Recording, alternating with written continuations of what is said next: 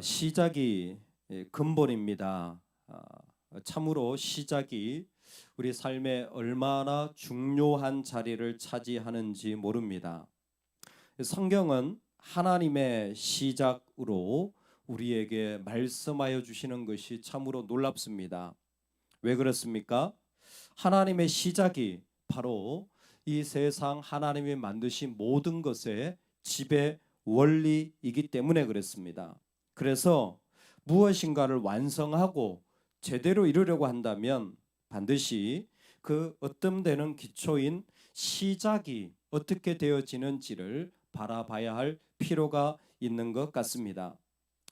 결혼이라는 것을 하나님이 창세기 2장에 인간에게 허락하여 주실 때 그 시작은 무엇이냐면 사실은 하나님이 만들어 놓은 땅이라는 것입니다. 즉 사람이 살아가는 모든 일들의 하나님의 시작이야말로 하나님이 그 삶의 기본 원리로 지배되어지는 어뜸되는 기초로 세워질 때에 비로소 그 땅이 든든하게 세워질 수 있다라는 것입니다. 결혼 예비학교를 하며 매번 느끼는 것이 이것입니다.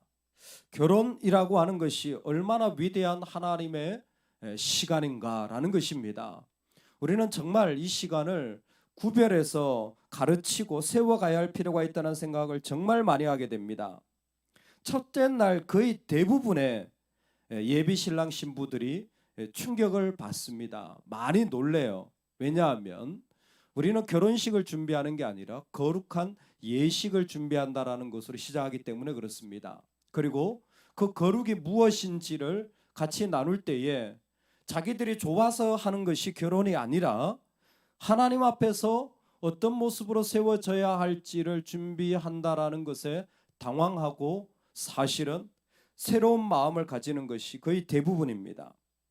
가르치는 저도 참 놀랍구나. 하나님의 시작이라는 것이 그렇게 시작되어진 자리는 말할 것도 없이 그 삶의 자리를 어떻게 만들어 갈지를 이미 다 결정합니다.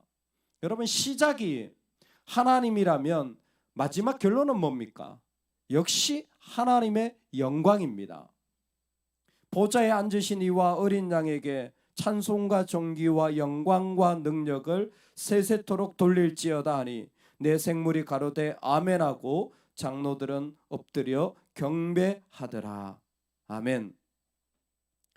시작을 우리에게 말씀하여 주신 하나님은 마지막을 그 시작을 통해 끝에 하나님의 영광이 선포되어지는 계시록으로 우리에게 말씀하여 주고 계십니다.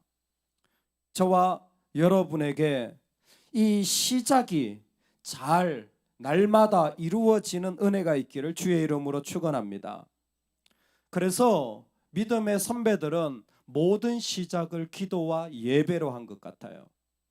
정말 이해가 되어지고 얼마나 소중한지 점점 깨달아갑니다. 이게 형식적이 돼서 그렇죠. 사실 하루를 시작할 때 기도하는 것 이게 형식적이 돼서 그렇지 얼마나 중요한지 몰라요. 자녀와 가정의 하루를 시작할 때 기도하는 것 얼마나 중요한지 몰라요. 여러분 한 주를 시작할 때 예배하는 것 얼마나 중요한지 몰라요. 왜? 삶의 기초석을 까는 거기 때문에 이건 돈 버는 거하고는 차원이 다른 이야기입니다. 완전히 삶의 중심인 거예요. 여러분 가족이 모이면 뭐합니까? 예배하는 거예요. 여러분 내가 사랑하는 사람을 만나면 뭐합니까? 기도하는 겁니다. 무엇부터 하느냐? 삶의 기초부터 놓는 이 작업이 참으로 우리에겐 중요합니다. 하나님은 그 시작을 첫째 날부터 여섯째 날까지 한 가지 사람이 살만한 공간을 만들기 위하여 땅을 만드시고 사람의 생명에 중요한 해와 달을 만드시고 그들이 먹고 살 수 있는 새와 동물을 그 가운데 허락하십니다. 그리고 다른 모든 창조물은 종류대로 만드시지만 사람은 하나님의 형상을 따라 만드십니다. 이것은 처음부터 하나님은 인간의 근본, 인간의 시작이 자기 자신이 아니라 창조주를 닮기를 원하셨기 때문입니다. 이것은 처음부터 하나님이 사람이 자기 모습대로 살 것이 아니라 하나님의 모습대로 살 것을 원하셨기 때문입니다. 어떻게 보면 시작과 영광 사이에 우리가 살아가는 삶은 바로 여기에서의 중요한 결정인 것 같습니다. 내 모습대로 내 상황대로 살 것이냐, 그건 동물입니다. 종류대로 사는 거예요. 과연 만드신 하나님의 형상 창조주를 따라 살 것이냐? 에베소서는 이 부분을 조금 더 우리에게 구체적으로 설명하였습니다. 너희는 유혹의 욕심을 따라 썩어져가는 구습을 쫓는 옛사람을 벗어버리고, 자기 모습대로 사는 것이죠. 그것을 벗어버리고 하나님을 따라 의와 진리의 거룩함으로 지으심을 받은 새 사람을 입어라. 아멘. 오늘 우리에게 하나님은 이와 같이 하나님의 모습으로 살도록 남자와 여자를 창조하셨습니다. 인간 창조의 핵심이 무엇이냐면 남자와 여자로 창조하신 거예요. 남자가 여자 되고 여자가 남자 되는 것은 창조의 원리가 아닙니다. 아니, 그게 왜 그렇게 중요합니까? 이게 대단히 중요합니다. 남자와 여자로 다른 것이 아니라, 야, 남자는 이런 일 해, 여자는 이런 일 해, 이런 구별이 아니라 성의 구별을 했다라는 거예요. 다른 동물이나 어떤 세상의 것과 달리 하나님은 남자와 여자를 성의 구별을 하였습니다. 왜? 하나님은 성의 구별을 통하여 그 남자와 여자에게 주고 싶었던 복이 있었어요. 그 복이 뭐냐면 창세기 1장 26절 27절 생육하고 번성하며 땅에 충만하라는 것입니다. 하나님이 주시는 복의 핵심은 생명입니다. 생명. 그러니까 하나님의 시작 가운데 하나님이 처음부터 염두에 둔 것이 무엇이냐면 생명 있는 존재로 우리를 이 땅에 세우길 원하신 것입니다. 그 생명이 자신뿐만이 아니라 그 후손에게도 연결되어지는 자리로 우리를 부르셨고, 뿐만 아니라 그 생명이 그 가운데 보존되도록 다스리라는 목자의 사명을 주셨습니다. 그것도 욕심이 없는 선한 목자를 통하여 날마다 자신이 어떻게 이 일들을 이루어 나가야 할지를 우리 가운데 보도록 하신 거예요. 자기 모습대로 살 수 있기 때문에 하나님은 안식일을 구별하셔서 하나님 안에서 이 일들이 이루어져야 하는 하나님 안에서의 안식을 말씀하여 주신 것입니다. 저와 여러분이 하나님 안에서 안식을 통하여 가장 기본적으로 바로 하나님의 형상대로 지어져 가는 일들이 우리 가운데 시작되어져 가고 그것이 번성되어져 가는 은혜가 있기를 주의 이름으로 축원합니다. 아멘. 하나님이 사람을 만드셨을 때에 그곳은 생명이 점점 일어나고 흘러가기를 원하신 것입니다. 이건 인간에게 대단히 중요한 하나님과의 관계입니다. 즉, 내가 하나님의 형상을 받았을 뿐만이 아니라 내가 살아가는 공동체가 하나님의 형상으로 이루어져 가고 그것은 점점 더 확대되어져 가라. 새로운 공동체를 만들어 가라는 하나님의 부르심입니다. 그 속에서 하나님과 새로운 사귐을 하고 완전한 존재를 만들어가는 은혜를 누리라는 것입니다. 사도 바울이 1차 전도 여행을 떠납니다. 안디옥에서 출발해서 키프로스라는 섬을 통하여 비시디아 안독을 통하여서 루스트라까지, 루스트라 갔다가 다시 돌아옵니다. 근데 제가 성경 지도를 보다 깜짝 놀랐어요. 제가 지도를 좋아하니까 그 무디 성경 지도에 그런 설명이 있는 거예요.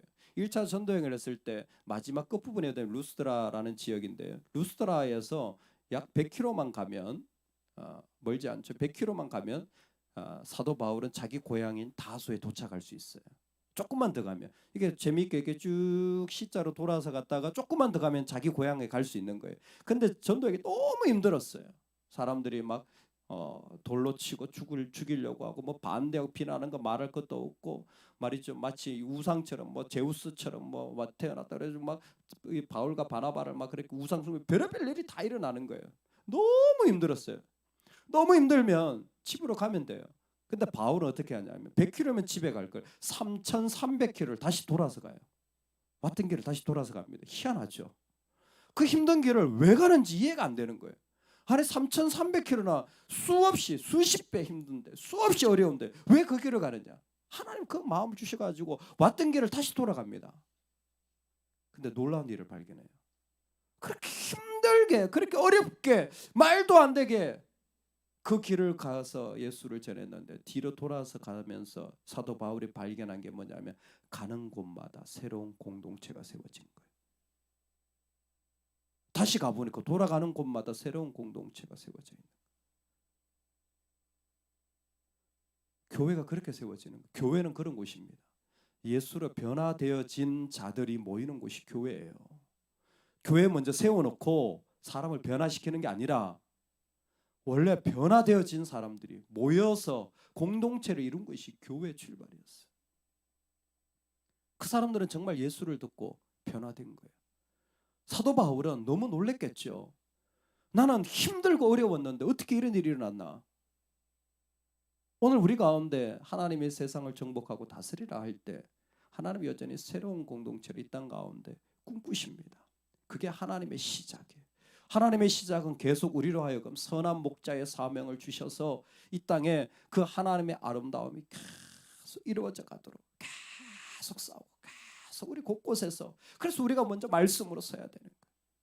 열창행전을 하는데 창세기 6장을 딱 읽고 노아가 하나님의 은혜를 입었다라는 본문 있지 않습니까? 어젯밤에 그걸 딱 읽었더니 아들이 뜬금없이 딴 질문을 하는 거예요. 아빠, 갑자기 사람의 수명이 120년으로 줄었네요. 그렇지. 하나님이 이렇게 줄게 만드셨어. 선생님이 우리가 자기죠.